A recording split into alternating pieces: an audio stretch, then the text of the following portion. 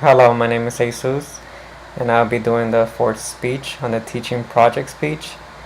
I'll be teaching how to install your own high-intensity discharge headlights. The most important thing about starting any project is preparation. When it comes to dealing with electrical components, one must practice safe procedures to ensure the safety of yourself and others. Today I'll be teaching you how to install a new set of high-intensity discharge headlights into your vehicle that will illuminate the road as you were driving in the daytime and will also help your vehicle run more efficiently by using less battery power.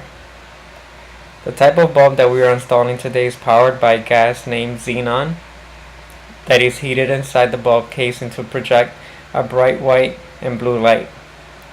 The bulb has to be handled with extreme care since no bodily oils can touch the bulb surface. In that event that your fingers do touch the bulb and it is not wiped, the oils on the surface may heat up to a point that would cause the glass bulb casing to explode. So once again, please use extreme caution when handling the high intensity discharge headlight bulb. The instructions that follow will be from my personal experiences during several headlight replacements that I've successfully completed. The first step to this project is to make sure your battery is unplugged so you do not cause any damage to your vehicle or to yourself. Choose the appropriate bulb that will fit your vehicle. The bulb being used for this example will be a 3000 K temperature H7 bulb that emits the closest color to natural sunlight. The high intensity discharge headlight normally comes in two separate parts.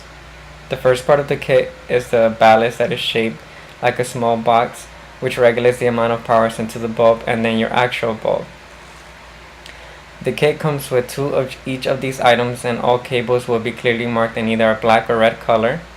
Keep these colors in mind because they will be very important during the process.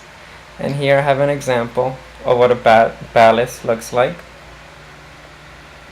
And these are the connectors that will connect to your high intensity discharge headlight. And this is an example too of how an high intensity discharge headlight actually looks like. It looks very different from regular headlights. Once you settled on your color, the next step would be the placement of the ballast that will need to be secured in an area of the engine bay away from anything that may damage it. The best way to secure ballast is by using zip ties, Velcro, or the most permanent method of screwing it in.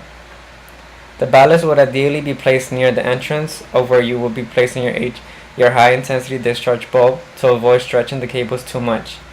When I installed the ballast in my own vehicle, I secured it to a sturdy hose with two zip ties to minimize slippage.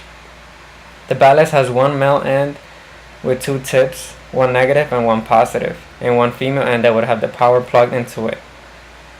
These two tips would then be plugged into a high intensity discharge headlight connector later on. Next, we need to remove the old halogen bulb that will be replaced. This step may be the easiest since all that it needs to be done is to rotate the bulb and pulling it out from the harness. Once the halogen bulb is removed, make sure to wipe your hands of any excess grease that may have built on your hands so it does not make contact with your new HID bulb. As you insert the new high intensity discharge headlight into the harness, you must ensure that the bulb goes straight in without getting scratched by any other pieces around it. When the bulb is completely inserted and rotated about 90 degrees, it will click, and that will be your indicator that the bulb has been secured into place. The final step is basically hooking it up all to your connections. All the electrical components should just snap into place.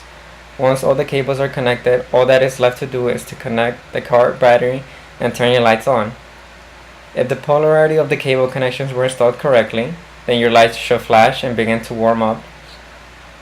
If this does not occur, simply switch the cable connections to the opposite and the lights should switch right on. All that is needed to be done at this point is to just tuck the cables away from the hood latches and secure them with zip ties. I hope this lesson helps you start other projects with your vehicle and helps you save money on expensive car dealership labor costs. Thank you.